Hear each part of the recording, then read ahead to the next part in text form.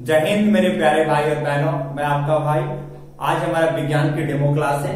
जो भी मेरे भाई और बहन इस बार कक्षा 10 में जाने वाले हैं, 2025 की बोर्ड एग्जाम की तैयारी करने वाले हैं, उनके लिए चैनल बहुत ही ज्यादा महत्वपूर्ण है। मैं इस चैनल पर विज्ञान पढ़ाऊंगा और जो भी मेरे भाई हिंदी मीडियम से हो, इंग्लिश मीडियम से हो, उन दोनों के लिए हमारा ये चैनल बहुत ही ज्यादा महत्वपूर्ण है। आपको इस चैनल पर विज्ञान के हर एक पार्ट को पढ़ाया जाएगा, उस हर एक पार्ट को आपको डिटेल में बताया जाएगा, उस हर एक पार्ट को, हर एक चैप्टर वाइज को आपको फ्री में नोट्स दिया जाएगा। पीडीएफ में आपको नोट्स अवेलेबल करा दिया जाएगा।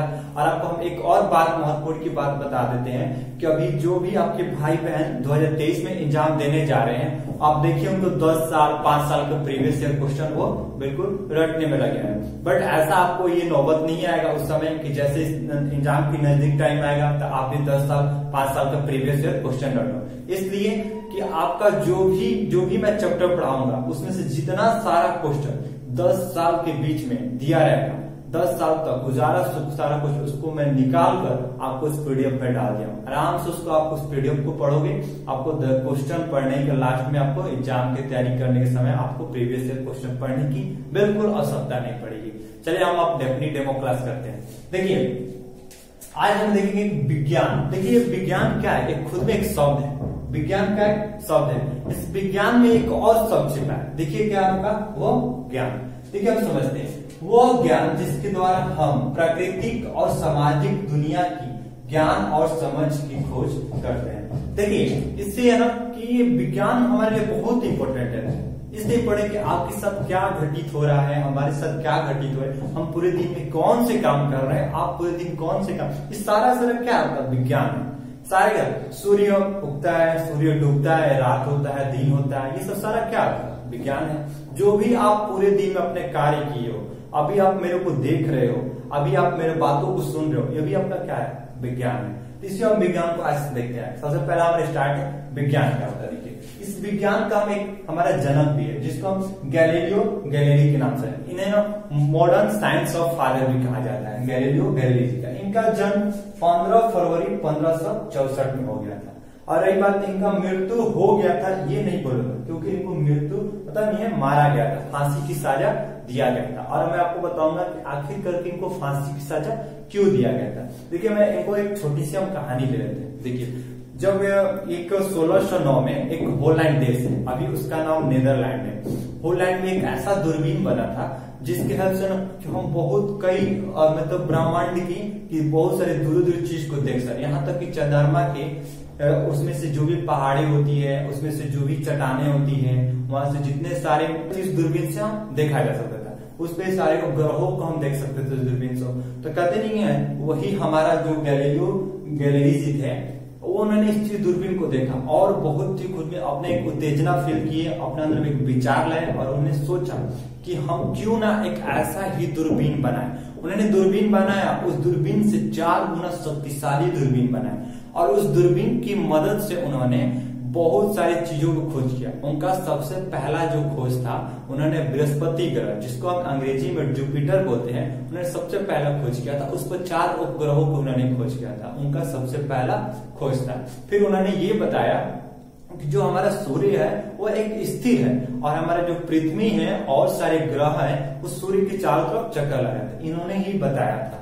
लेकिन वहां इटली की जो हमारे जहां ये जन्म लिए थे, इटली के पिसा में, वो इटली की एक धार्मिक बुक है। उस धार्मिक बुक में ये लिखा गया था कि आपका क्या पृथ्वी अस्थायी है, पृथ्वी स्थिर है और क्या सूर्य उस पृथ्वी की परिक्रमा करती है।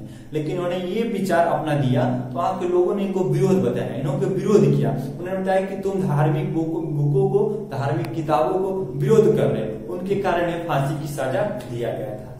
ठीक है, चलिए देखिए ये साइंस का ब्रांच है जिसको हम केमिस्ट्री बोलते हैं। ऐसे साइंस का ब्रांच तो बहुत सारी चीजें, लेकिन हम सबसे पहले केमिस्ट्री इस ब्रांच को लेते हैं। इसलिए कि जो हमारे क्लास 10th की जो पहला पार्ट है वो केमिस्ट्री से ही है, जिसका नाम है केमिकल रिएक्शन एंड इक्वेशन। उसे हिंदी में बोलते हैं रसायन, अभिक्रिया और समीकरण। देखिए ये जो केमिस्ट्री है ना, इसे हिंदी में बोलते हैं रसायन विज्ञान। इसको विज्ञान का विज्ञान भी कहा जाता है। आपको हम बताते हैं कि विज्ञान का विज्ञान क्यों इसे कहा जाता है। देखिए अगर आपको बुखार लग जाए तो अब किस चीज की जरूरत है, दवा की जरूरत होती है, इंजेक्शन की जरूरत है। ये दवा इंजेक्शन ये सारी किस चीज से बनती है, केमिस्ट्री की मदद से ही बनी रहती है। ठीक है, और ये आपको बता दें कि केमिस्ट्री के पिताजी भी है, उनके जनक भी है, जिनका नाम है एंटोइन लवाइजर। इन्होंने ने सबसे पहले सिलिकॉन का खोज किए थे और इनका जो जन्म हुआ था 26 अगस्त 1743 में पेरिस में इनका जन्म हुआ था और इनका मृत्यु 8 मई 1794 में हुआ था। और हम आपको एक बात बता देते हैं कि जब जोसेफ प्रिस्टली जी ने 1774 में ऑक्सीजन का खोज किए थे तो उन्होंने बताया था कि दुनिया की कोई भी पदार्थ बिना ऑक्सीजन की मदद से वो जल नहीं सकता है। उन्होंने ये बताया था कि दुनिया का कोई भी पदार्थ आपका ऑक्सीजन की मदद से ही जलेगा तो जलेगा, बट इन्होंने उस चीज को गलत साबित किया। उन्होंने बताया कि ऐसा चीज नहीं है।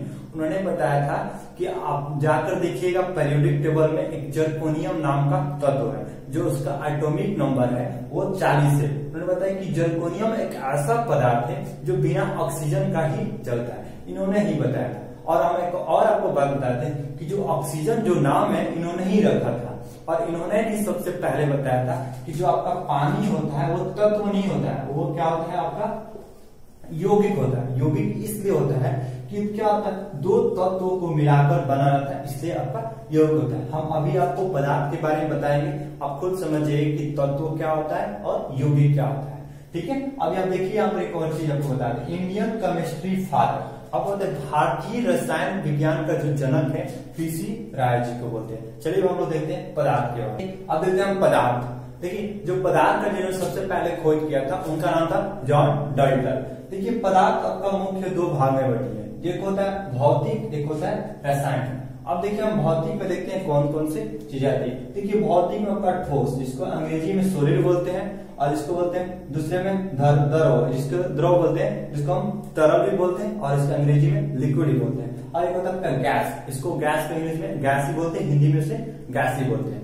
ठीक है, देखिए इसके बारे में पहले हम जान लेते तब हम आएंगे आपको रासायनिक की तरफ। देखिए जो ये सॉलिड है ना, सॉलिड का जो शेप होता है, जो आकार होता है वो एकदम फिक्स रहता है, उसको कहीं जाके रख दीजिए करके एकदम अपना फिक्स शेप का रहेगा। कहीं भी उसको कोनो बड़का डब्बा में भी रख दीजिए, छोटा सा बोतल में छोटा सा रख दीजिए, वो एकदम शेप जैसा उसका शेप रहेगा वो कैसा शेप बदलता नहीं। लेकिन हमारी जो लिक्विड है ये इसका जैसा शेप में आप रखते हो ना उसी शेप में हो जाता है। अब इसको अगर के डिब्बा में रखो तो डिब्बा शेप हो जाएगा, बड़ा कटोरा में रख दो कटोरा शेप का हो जाएगा, बड़ा थाली में रख दो थाली शेप का, बाहर छोड़ दो पसर जाएगा। तो क्या ये आपका लिक्विड होता है। गैस वो कौन सा बकलोल होता है, क्या होता है ना, अगर चार छोड़ दो चार तो पूरा जगह घेर लेता है। अगर हीजन छोड़ोगे ना तो कहे सब हमारे जगह है, हीजन छोड़ तो सब कहे हमारे जगह है, टोटल जगह है घेर लेता है। इसलिए देखिए जो ये सॉलिड होता है उसका जो आइटम्स होते हैं छोटे छोटे, इसके परमाणु एक दूसरे के पास होते हैं, बिल्कुल नजदीक आकर रहते हैं। लेकिन वही क्या होता है यहाँ पर तरल होता है उसके थोड़ा आइटम्स दूरी पर रहते हैं। इसलिए इसका क्या होता है ना, जिस शेप में जिस आकार में आप जहां रोकोगे उस आकार का ये आकार अपना बना लेता है। लेकिन ये जो बकलोल गैस होता है ये अपन जगह घेर लेता है, यानी कि इधर रखोगे तो इसे पूरा डब्बा में रखोगे, इधर रखोगे पूरा अपन डब्बे में घेर सब हमारे रहेगा, ये आपका इतना दूरी ये घेर लेता है। इसका मतलब क्या होता है कि ठोस का आकार फिक्स रहता है, तरल का भी आकार आपका फिक्स रहता है, उतना फिक्स नहीं रहता है जितना कि गैस आकार सॉलिड का रहता है। ठीक है, अब गैस के देखिए, अब गैस का तो बिल्कुल आकार ही फिक्स नहीं रहता है, वो कहीं अपना पसर जाएगा तो अपना दूर चला जाता है। चलिए आप देखते हैं रासायनिक की तरफ। देखिए तत्व यौगिक और मिश्र, इसे अंग्रेजी में एलिमेंट बोलते हैं, इसे कंपाउंड बोलते हैं, इसे हम मिक्सचर बोलते हैं। ठीक है, देखिए एलिमेंट क्या होता है। देखिए एलिमेंट का मतलब ये होता है ना कि कोई एक तत्व मतलब वो कि कोई एक वस्तु वो एक एक चीज से बना हो, ये नहीं कि उसके अंदर और भी कोई चीज बना हो। जैसे लोहा ले लीजिए, उस लोहा में कोई और चीज नहीं रहता, लोहा को कितना भी तोड़ दिए लास्ट में छोटा सा आपका लोहा ही मिलेगा। कुछ भी चीज आपका सोना ले लीजिए, सोना भी चीज क्या है आपका तत्व है। आपका जितना सारी जो पीरियोडिक टेबल आप देखते हो ना, जो 118 एलिमेंट होते हैं वो सारा तत्व के लिए होता है।